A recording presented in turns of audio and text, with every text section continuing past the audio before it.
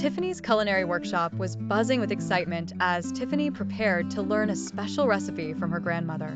It was a dish filled with tradition and stories passed down through generations, Tea Smoked Goose. As the sun rose, they embarked on a journey to the traditional market, a place bustling with colorful stalls displaying everything from fresh produce to fragrant tea leaves.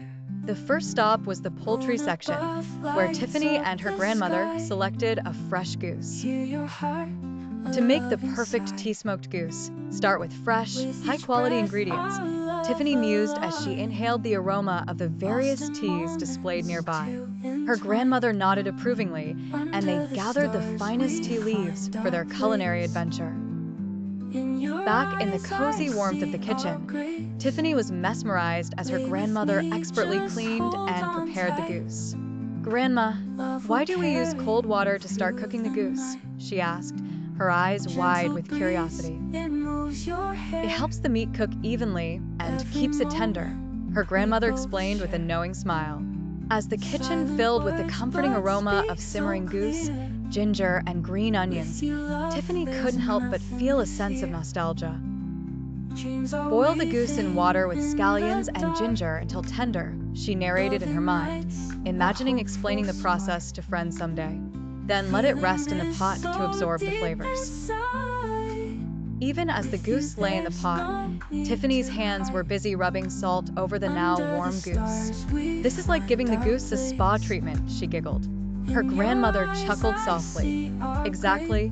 The salt locks in the flavor." The next step involved setting up for smoking. Tiffany mixed sugar, white rice, and her favorite tea leaves with utter care. For a smoky aroma, combine sugar, white rice, and your favorite tea leaves, like Earl Grey or black tea, she recited. Excitement tingling in her fingers, Tiffany peeked inside the pot as wisps of aromatic smoke curled upward. "It smells amazing. How long do we smoke it?" she asked eagerly. "Just 20 minutes, and it'll be perfect," her grandmother replied. Once the smoking was complete, Tiffany allowed the goose to rest for a while, ensuring all the flavors melded together perfectly.